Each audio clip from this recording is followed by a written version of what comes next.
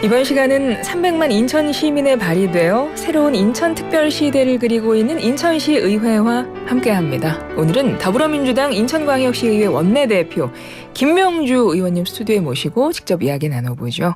의원님 어서 오세요. 네, 안녕하세요. 김명주 의원입니다. 네, 오랜만에 오셨는데 또 앞에 카메라 보시고 우리 청취자분들께 인사 한 말씀 해주세요. 네, 무더위 잘 이겨내고 계시는지 모르겠습니다. YTN 슬기로운 라디오 청취자 여러분, 그리고 인천광역시 시민 여러분 반갑습니다. 저는 인천광역시의회 김명주 의원입니다. 네, 반갑습니다, 의원님. 지난 2월에 한번 나오셨던 걸로 기억을 하고 그 사이에 여름이 돼서 네. 한여름이 돼서 나오셨는데요. 지금 말씀하셨지만 너무 덥습니다. 요즘에 어떻게 보내세요? 유난히 좀 더운 여름인 것 같은데요. 그러니까요. 얼마 전에 뉴스 보니까 날씨가 너무 덥다 보니까 그 전통시장에 손님들이 없다는 거예요. 가뜩이나 경기도 안 좋은데 네네. 좀 마음이 좀 아팠습니다. 저는 뭐 보시다시피 많은 의원 덕분에 잘 지내고 있고요. 또 소개하신 것처럼 더불어민주당 원내대표가 돼서 또 인사를 드리게 됐습니다. 네, 당시에 2월에 오셨을 때는 사실 굉장히 짧은 머리로 네. 오셨었는데 그 사이에 많이 머리카락이 기셨네요. 네. 네, 많은 변화가 외모적인 변화와 신분의 변화. 네. 그때는 좀 머리가 겨울이라서 많이 시려웠었는데요. 네. 지금 이제 원래대로 돌아왔습니다. 그렇습니다. 잘 지내셨고 그 사이에 원내대표가 돼서 돌아오셨는데요. 일단 축하드리고요. 소감 한 말씀 해주세요. 우선 뭐 저를 원내대표로 만들어주신 동료 의원 여러분들께 감사드리고요. 또 항상 응원해주시는 우리 시민 여러분들께도 감사드립니다. 그 국회도 더불어민주당이 과반수 이상 차지하고 있고요. 또 인천시의 대부분의 기초의회도 더불어민주당이 과반수 이상을 차지하고 있는데요. 인천시의회만 거의 3분의 1이 채 안 됩니다. 민주당 의원들이. 그래서 수적 열세에 있는데 의원님들 잘 단합시켜서 앞으로 집행부의 견제, 그리고 인천시장님의 잘못된 혹시라도 그런 행정들이 있으면 잘 꼬집고 또 시민들을 위해서 열심히 발로 뛰도록 하겠습니다. 네, 함께 의정활동한 동료 의원들께서 직접 이렇게 선출을 하신 거다 보니 그러니까 동료 의원에게 인정받고 뽑히신 거잖아요. 너무 기쁘시겠지만 지금 말씀하셨듯이 이제 하셔야 될 일들을 지금 마음속에 담고 계시니까 좀 부담감도 있을 것 같아요. 어떠세요? 어깨도 실제 무거우실 좀 것 어깨가 많이 같고. 무겁습니다. 네. 지금 중앙 정치를 보면 좀 강대강 대치를 많이 하고 있는 상황이지 않습니까? 뭐 그런 상황에서 사실 뭐 우리 지방의회까지 그런 영향이 좀 끼치고요. 또 이제 후반기가 되면 우리 현역 의원들은 또 걱정하는 것이 다음 공천 부분에 대해서 많은 걱정을 하게 되는데 네. 제가 원내대표 돼서 첫 번째 일정으로 우리 시당 위원장님을 뵀어요. 그 자리에서 말씀드린 게 열심히 한 의원들은 좀 다음에 또 기회를 가질 수 있도록 좀 시스템 공천을 좀 해달라고 좀 부탁을 드렸어요. 저희 40명 의원 중에 재선 의원님이 5분밖에 안 계세요. 그 정도로 사실 재선하기가 굉장히 어려운데 또 열심히 한 의원들에 대해서는 그런 좀 배려를 해 주셨으면 좋겠다는 좀 부탁을 드렸고요. 우리 그 더불어민주당 의원님들이 사실 원래 14분이었다가 2분이 지난 총선에 탈당하면서 이제 12분밖에 안 남았는데 보통 이제 여당 의원님들은 사실 견제보다는 좀 감싸기를 많이 하는 성향이 있거든요. 뭐 그렇다고 하더라도 또 시민들을 위해서 일하겠다는 또 마음은 여당 의원님도 같은 생각이실 거니까요. 그런 부분들 잘 화합해서요. 화합의 정치를 보여드리도록 하겠습니다. 가장 먼저 해야 될 일로 마음에 두고 계신 건 어떤 거예요? 제가 그 시당 위원장님과 약속한 게 있습니다. 그 인천시가 10개 구가 있습니다. 네네. 그 중에서 절반 이상이 우리 민주당 소속 의원님들이 안 계세요. 지역에 좀 치우쳐져 있는데 네네. 그런 지역에 대해서는 이제 시에서 시행하는 그 사업이라든가 이런 부분에 대해서 어떤 그 건의라든가 이런 것들이 사실 좀 어려운 부분들이 있거든요. 그래서 그런 원외 지역 저희가 찾아가서 간담회를 통해서 그 지역에 필요한 예산이라든가 그리고 현안 해결이라든가 이런 부분에 대해서 같이 좀 힘을 모으기로 약속을 했습니다. 그 부분은 이제 여름 휴가철도 지나고 했으니까 네. 이제 본격적으로 일정을 잡아서 할 계획입니다. 네. 0381번님이 청취자분들이 이 인터뷰를 들으시면서 이제 의견도 주고 막 이러시니까요. 김명주 의원님 중앙국회로 가셔서 더 큰일 하세요. 계획 있으신가요? 네, 이런 단도직입적인 질문을 올려주셨네요. 뭐 중앙 정치를 갈 정도는 아직은 아닌 것 같고요. 열심히 제가 또 의정 활동하고 또 시민들이 인정해 주시면 이후에 저는 뭐 제가 가기보다는 시민들께서 저를 만들어 주실 때 네, 가능하다 네. 이렇게 생각합니다. 알겠습니다. 최근에 다른 지역의회입니다. 경기도의회에 더불어민주당 백서 받고 상당히 놀라셨다는 이야기를 들었어요. 왜요? 왜 백서가 어땠는데 어떤 부분에서 놀라신 거예요? 좀 제가 큰 충격을 받았는데요. 네. 백서가 있다는 것 자체가 사실은 놀라웠고요. 그리고 그 내용을 보니까 전반기, 후반기 이렇게 두 번 발간을 하는 것 같아요. 근데 그 양이 상당히 많더라고요. 보니까 의회에서 많은 지원도 좀 있는 것 같고 또 의원님들 스스로가 이런 현안 해결이라든가 또 이슈된 현안들에 대해서 같이 공동으로 풀어나가는 그런 모습들을 보고 참 부럽다는 생각을 했습니다. 물론 이제 경기도에는 이제 의원님들이 156분이 계시더라고요. 네, 네. 근데 인천시의회는 40분인데 규모 면에서 그런 차이가 있기는 하지만요.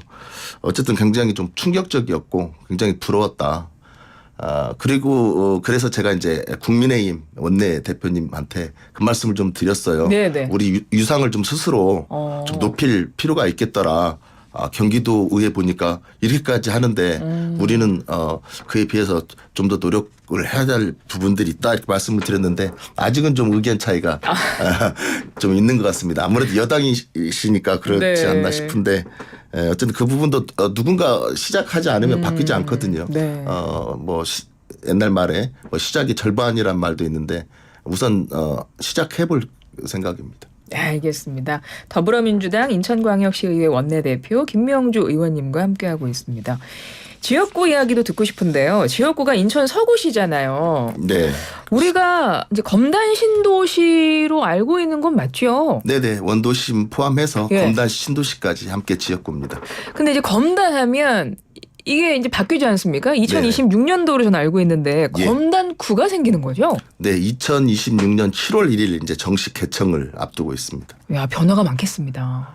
상당한 좀 변화가 있을 거고요. 예. 근데 이제 저는 이제 지역 정치인으로서 사실 굉장히 좀 고민이 많이 되고 네, 걱정이 어떤 많이 부분에서요? 됩니다. 지금 이제 한참 개청 준비를 하고 있는데요.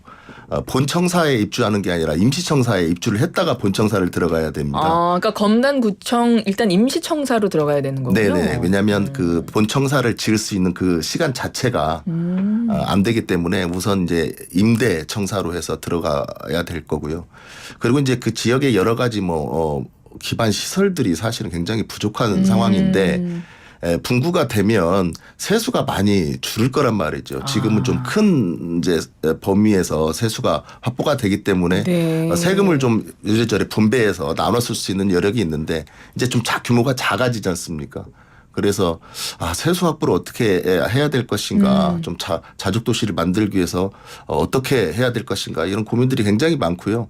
뭐 어저께도 잠깐 우리 단체 지역의 주민들하고 또 논쟁이 있었지만 정말 앞으로도 검단은 더 어려워질 텐데 세수 면에서 네.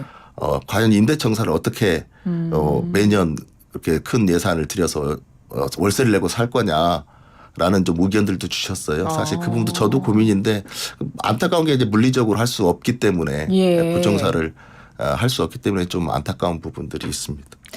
그러니까 서구가 분리가 되는 거죠. 맞습니다. 검단구와 서구로. 네네. 근데 제가 그 인구를 보니까 검단구가 한 21만 정도, 한 20만 명 정도로. 현재 약 23만 명 23만 가량. 명. 예, 23만 명 조금 안 됩니다. 23만 예, 명 조금 안 돼. 그러니까 기존에 그냥 서구에 포함되어 있을 땐 한 60만 정도 63만 정도 됐는데 그 아마 23만 자치구에서 되니까 자치구 중에서 아. 전국 1위일 겁니다, 인구가. 서구가 예, 예. 그냥 기존 서구가요. 송파구가 더 많았었는데 그렇군요. 아마 추월했을 것으로 저는 그래서 이제 그 부분을 걱정을 하시는 거군요. 서구가 검단과 서구로 분리가 되면서 검단구 내에는 구청 문제, 그러니까 개청에 대한 이제 거기서부터 이제 하나하나 좀 숙제를 풀어야 될 것들이 있군요. 좀 정신도 없고 그러시겠습니다. 지금 임시청사 준비하는 것도 지금 굉장히 어려운 상황이거든요. 네. 왜냐하면 그 공간 확보하는 것이 쉽지가 부지 않습니다. 확보부터 뭐 기사 많이 나오더라고요. 예. 그래서 어쨌든 사방팔방 열심히 발로 뛰고 있는데요. 시민들과 또 잘 소통해서 시민들 의견 반영해서 최대한 업무를 효율적으로 잘할 수 네. 있는 그런 업무 공간으로 만들도록 하겠습니다. 그러니까 뭐 개청 부분도 있고 그 외에 그 사회 기반 시설도 뭐 여전히 부족한 게 좀 있잖아요. 뭐 체육 시설이라든가 뭐 문화 시설 이런 것들도 또 이제 하나씩 이제 준비하셔야 되는 거잖아요. 그 검단 신도시가 지금 기반 공사가 거의 3분의 2 가량 진행이 돼 그렇군요. 있는 상태고요. 그 입주는 절반 가량 이미 네네. 했습니다. 근데 이제 그 검단 신도시가 발표되고 나서 이 도시 계획을 짠 게 사실 오래전 계획이거든요. 그러다 보니까 지금 사실 현실하고는 좀 괴리가 좀 있습니다. 그러다 보니까 그때는 쉽게 해서 그 아파트 공급에 좀 집중이 되어 있었는데 지금은 사실은 공급도 필요하지만 그런 기반 시설들, 체육 시설, 문화 시설들이 굉장히 많이 요구가 되고 있거든요. 네. 그런 부분들이 매우 좀 부족한 상황입니다. 그래서 저도 이제 사업 시행자인 LH하고 인천도시공사한테 계속 요구하는 것들이 그런 체육시설 좀 더 확보해달라라고 해서 조금씩 이제 원래 계획보다는 더 확보를 하고 있는데 아까도 말씀드렸다시피 그런 분구가 되고 나서 이런 세수가 굉장히 어려운 상황에 문화시설 같은 경우는 사실 규모가 크고 예산이 많이 드는 부분이어서 거의 뭐 생각조차 지금 못하고 있는 상황입니다. 뭐 교통, 뭐 도로 이런 부분은 어떤가요, 그러면? 교통 도로 부분도 사실은 굉장히 좁습니다. 그리고 검단 지역에서 서울이나 경기도나 뭐 이렇게 외부로 나가는 그런 주요 광역 도로들이 전부 다 지금 계획보다 늦어지고 있거든요. 그래서 교통 체증이 상당히 심하고요. 인천 지역에서 움직이기 정말 힘듭니다. 그래서 심지어는 제가 인천시청 출근하는 것보다 여기 YTN 방송국 오는 게 훨씬 더 가깝더라고요. 네. 그런 상황이고 또 신도시 안에서도 아파트를 좀 많이 짓다 보니까 그 내부 도로들이 너무 좁습니다. 네, 그래서 네. 출퇴근 시간에는 매우 복잡하고 또 상업지구하고 연결되는 그런 도로들이 같이 얽혀 있어가지고 좀 혼잡이 좀 심한데요. 그 부분도 좀 시민들께서 많이 좀 요구를 하셔서 지금 해법을 좀 같이 찾고 있는 상황입니다. 알겠습니다. 상임위원회 이야기도 좀 여쭤볼게요. 후반기 상임위원회 행정안전위원회 소속이십니다. 행안위에서는 지금 어떤 내용 현안으로 좀 보고 계세요? 우선은 가장 지역의 중요한 사안은 말씀드렸던 그 분구 문제. 그래서 분구에 대해서 열심히 좀 준비를 해야 될 상황이고요. 또 하나는 이제 얼마 전에 전기차 화재 있었잖아요. 그게 사실 또 인천 서구 지역입니다. 인천 서구의 청라 국제도시인데 그 부분을 이제 어쨌든 제도적 개선에 대해서는 저희가 적극적으로 중앙에 좀 요청을 해서 제도적 개선을 해야 될 거고요. 그리고 앞으로는 이제 화재 예방도 중요하고 또 화재가 났을 때 확산을 방지시키는 그런 대책이 좀 필요합니다. 그래서 우리 소방본부하고 며칠 전에도 업무 회의를 했는데 우리 소방본부에서 소방서에서 특별히 좀 갖춰야 될 그런 장비들에 대해서 좀 논의를 좀 했고요. 가장 문제점이 이제 자동차에 대해서는 사실은 보험 처리가 되는데 그 건물이 그 1500도씨까지 온도가 올라갔다고 합니다. 그렇다 보니까 어쩔 수 없이 그 건물의 어떤 균열이나 위험 부분들이 발생될 수밖에 없는 상황이어서 그 부분을 어떻게 해야 될지 지금 안전 진단을 하고 있는 중이긴 한데요. 안전 진단에서 다행히 큰 문제가 없다고 나오면 좋겠는데 그렇지 않았을 경우에 보험에서 그게 사실 대물로 보상이 되지 않는 범위거든요. 그 부분을 어떻게 해야 될지 그런 좀 고민들을 하고 있습니다. 그렇습니다. 새로 또 원내대표 되셔서 뭐 의정 활동에 있어서도 뭐 기존에도 뭐 열심히 하셨겠지만 더욱 더 많은 분들을 살피셔야 되고 또 지금 방금 아주 잠깐 지역구 이야기 나눠봤고 또 행안위도 역시 지역구와 연결된 내용이고 굉장히 많은 것들을 앞으로 하실 일들이 너무 많으실 것 같아요. 근데 사실은 정치가 바로 그건 것 같아요. 정치의 역할이 그건 것 같은데 제가 왜 이 말씀을 드리냐면 지난번에 오셨을 때 저희가 인천시의회에서 의원님들께 늘 드리는 질문이 있잖아요. 지난번에 나는 농부 같은 정치인이 되고 싶다. 땡땡 농부로 해주셨는데 이번엔 저희가 질문을 바꾸겠습니다. 김명주 인천시 의원에게 정치란 무엇인가? 한 30초로 짧게 임팩트 있게 한마디 해주시죠. 저는 똑같습니다. 그 정치는 농부와 같다고 생각합니다. 왜냐하면 거짓말을 할 수가 없거든요. 그 농부가 농작물을 얼마나 성실히 잘 가꾸고 보살폈냐에 따라서 사실 수확물이 달라지기 때문에 저는 그래서 정치는 농부가 농사짓는 것 같다 이렇게 생각을 합니다. 그 옛날 말에 농작물은 그 농부의 발걸음 소리를 듣고 자란다 이런 말 있잖아요. 그만큼 지역에서 주민들하고 소통하고 또 얼마나 부지런히 열심히 일했냐에 따라서 또 시민들의 인정하는 그 정도가 달라지기 때문에 저는 변함없이 정치는 농부가 농사를 짓는 것과 같다. 이렇게 생각합니다. 알겠습니다. 농부 같으신 분. 김명주 더불어민주당 인천광역시의회 원내대표님과 이야기 나눴습니다. 고맙습니다. 네, 감사합니다.